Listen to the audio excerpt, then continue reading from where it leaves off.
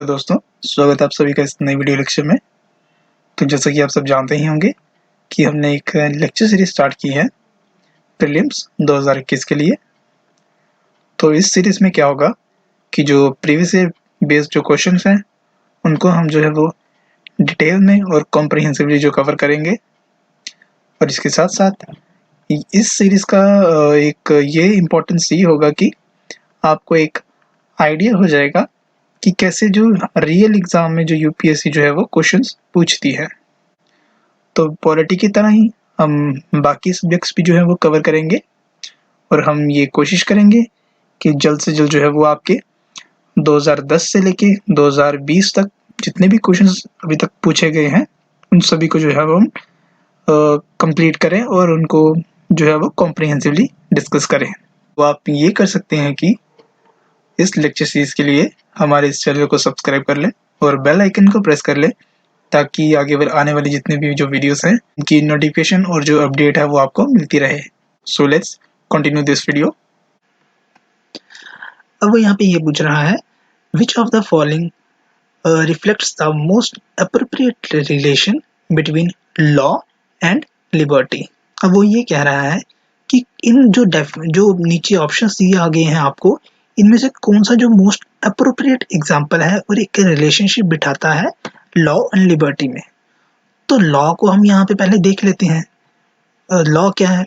Law are made to protect individual in liberty from the despotic power. तो यहाँ पे मतलब ये है कि एक लॉ है वो प्रोटेक्ट करता है एक इंडिविजुअल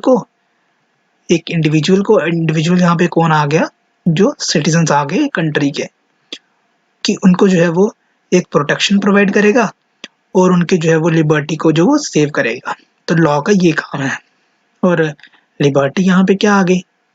तो लिबर्टी यहाँ पे ये आ गई कि एक जो स्टेट है वो एक जो सोसाइटी है उसको एक फ्री जो है वो उसको एक प्लेटफॉर्म देगी जिसमें वो अपने एक्सप्रेशन है, वो अपने बिलीफ्स हैं, उनको जो है वो वहाँ पे रख सके और उन पे जो है वो कोई ऑब्लिगेशंस या कोई रिस्ट्रिक्शंस जो है वो नहीं लगाएगा, कोई हार्श जो है वो उन पे रिस्ट्रिक्शन नहीं लगाएगा।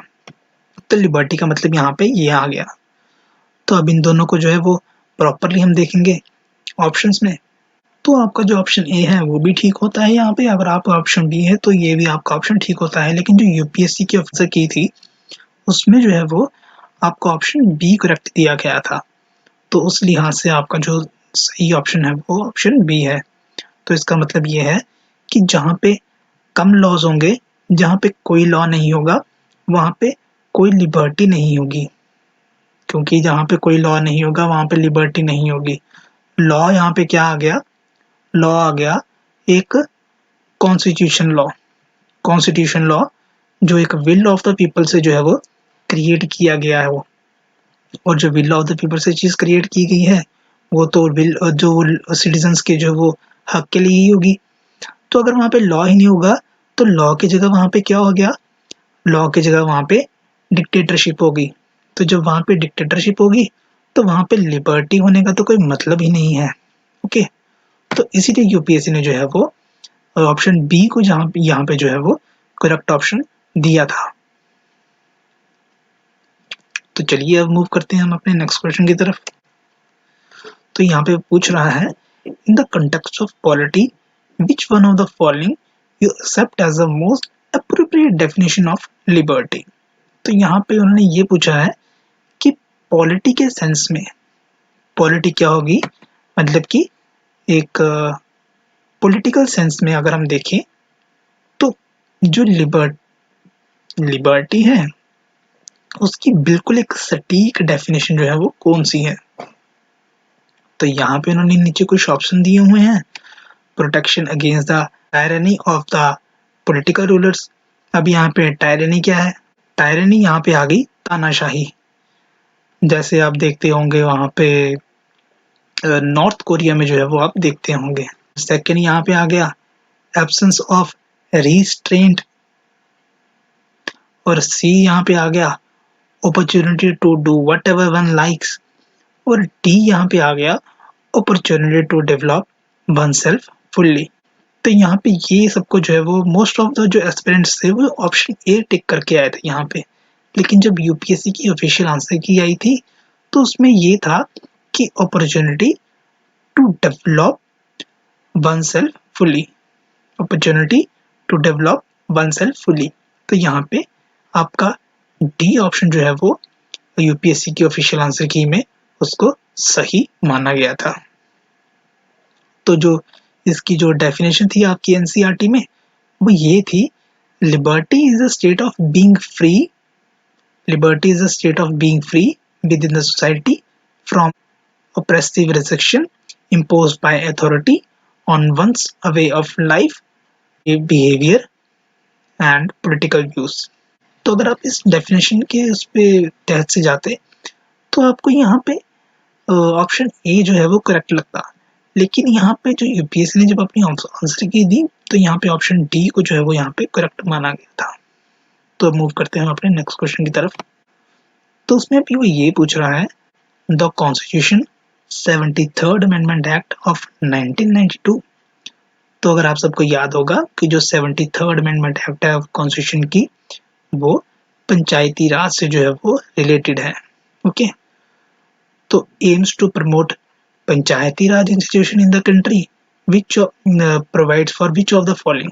तो वो कह रहा है कि जो 73rd अमेंडमेंट एक्ट हुई थी 1992 में पंचायती राज के रिलेटेड, तो उसमें से जो नीचे ऑप्शन दिए गए हैं तो इनमें से किस चीज को जो है वो दिया गया था, इस ऑप्शन दिए गए इनमें से कौन सा जो है वो सही है। क्या constitution of district planning committee, state election commission to conduct all panchayat elections, establishment of state finance commission. तो चलिए अब हम यहाँ पे ये थोड़ी सी इसकी एक्सप्लेनेशन है। तो इसमें यह है कि जो पंचायती राज इंस्टीट्यूशन है वो एक कॉन्स्टिट्यूशनल बॉडी है। तो अंडर आर्टिकल 243 बी तो ये कंपलसरी है हर स्टेट को एक पंचायत बनाना, और आर्टिकल 243 जी के तहत जो है वो मैंडेटरी है स्टेट गवर्नमेंट को to devolve powers responsibility and authority to the panchayat, कि पंचायत को जो है वो अथॉरिटी दे, पावर्स दे और रिस्पॉन्सिबिलिटी दे। और जो ग्राम पंचायत है उसका जो टेन्योर है वो 5 साल जो है वो फिक्स किया हुआ है। और जो स्टेट इलेक्शन कमीशन है वो जो है वो एक मैकेनिज्म के तहत जो है वो फ्री एंड एक डेमोक्रेटिक वे में जो वो विलेज पंचायत के जो है वो इलेक्शंस करवाएगी। और आर्टिकल 243 डी के तहत जो है वो ये बताया गया है कि वुमेन्स को और SC ST को जो है वो रिजर्वेशन जो है वो मिलेगी पंचायत इलेक्शंस में।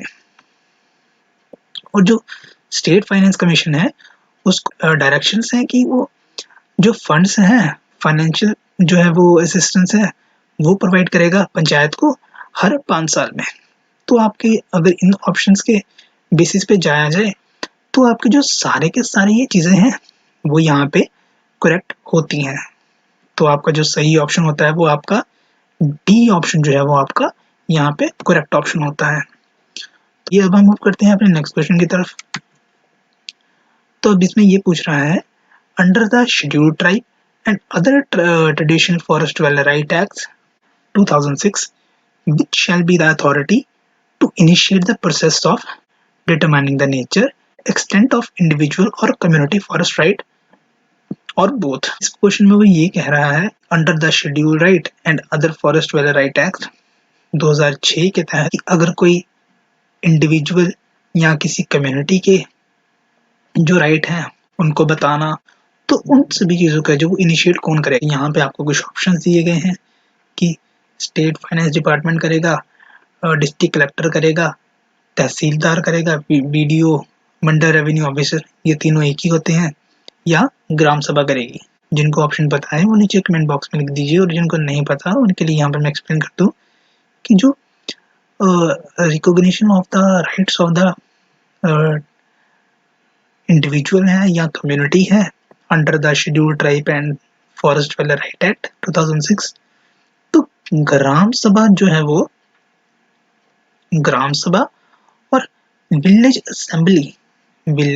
असेंबली उनको जो है वो ये पावर्स दी गई हैं कि जो इनिशियल का जो स्टेज 1 का जो है वो जो स्टेज 1 का जो प्रोसेस है वो इनिशिएट करेंगे।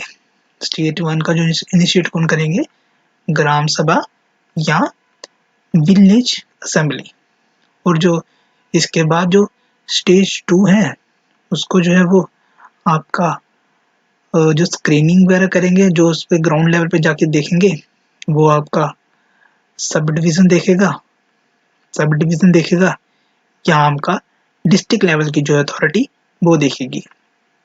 फिर जो स्टेज 3 का जो इनिशिएटिव है वो फिर आपके जो हायर ऑफिसर्स होंगे, जैसे फॉरेस्ट ऑफिसर हो गए, रेवेन्यू ऑफिसर हो गए और ट्राइबल ऑफिसर हो गए, इनके जो डिपार्टमेंट्स होंगे वो बाद में जो है वो इसका जो वो देखेंगे। तो लास्ट में जो है वो गवर्नर ऑफ द स्टेट होंगे, तो वो इसको देखेंगे। तो ये सारा एक प्रोसेस है, लेकिन यहाँ पे पूछ रहा है कि जो इनिशिएट करेगा वो कौन करेगा। तो इस लिहाज से जो है आपका ग्राम सभा आपका यहाँ पे करेक्ट ऑप्शन है। तो चलिए अब मूव करते हैं हम अपने नेक्स्ट क्वेश्चन की तरफ। तो यहाँ पे वो पूछ रहा है the provisions in the 5th schedule and 6th schedule in the constitution of India is are made for in order to. तो यहाँ पे पूछ रहा है कि जो 5th शेड्यूल है और 6th शेड्यूल है उनको जो है वो कॉन्स्टिट्यूशन में क्यों लाया गया है और किन के लिए लाया गया है।